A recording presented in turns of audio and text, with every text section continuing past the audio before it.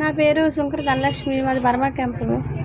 ఆ రోజుల్లోని 2017లోని చంద్రబాబు నాయుడు హయాంలోని మాకు లోన్ ఇస్తే ఇల్లు కట్టుకున్నాం. అది ఇప్పుడు ఇల్లు కట్టి ఇప్పుడు 5 సంవత్సరాలు అయిపోయింది. కరెక్ట్గా ఇదే నెల మాకు గృహప్రవేశం అయ్యింది.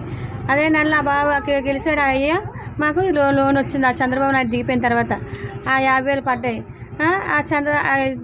రాయి ఉంటుంది కదా బాబా, ఆ రాయి తీసిమని చంద్రబాబు నాయుడుది ఏంటంటారు దాని పేరు, తెలుగుదేశంది తీసేసి వైసీపీ వాళ్ళది పెట్టండి, కాగితం రాసి పెట్టండి, మేమే ఇల్లు ఇచ్చినట్టు, మేమే చేసినట్టు, మేమే డబ్బులు ఇచ్చినట్టు, అన్నీ మేము చేసినట్టు చేయండి.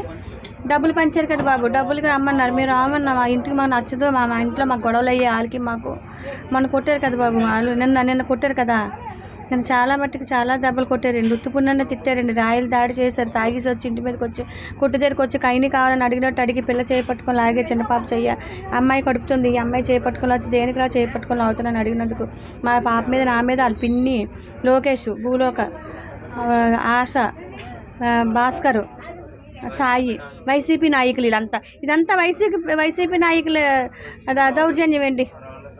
మేము చెప్తున్నాం, మాకు న్యాయం జరిగినట్టు చూడండి. ఆ పోలీస్ స్టేషన్లో పోలీసులు కూడా ఒక్కడే ఉన్నాడు అంటున్నారు, కానీ ఆ తక్కిన 5 తీసుకురావట్లేదు బాబు. నాకు ఇంత కన్నం అయిపోయింది. ఇన్ని అంగుళాలు 21 కుట్టు పడింది, నాకు 21 కుట్టు పడింది. నా కూతురికి 8 కుట్లు, నా కొడుకు 7 కుట్లు, నాకు కడుపుతుండి గర్భిణీ పిల్ల మీద కలబడిపోయారు, నా చిన్న కూతురి మీద. మాకేంటి చంపేస్తారా? మనుషుల్లో బతుకుతున్నా, రాక్షసులో బతుకుతున్నావా?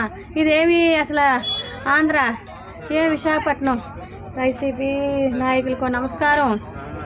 ఆడ దిగిపోవాలా, మళ్ళీ న్యాయం వస్తుంది.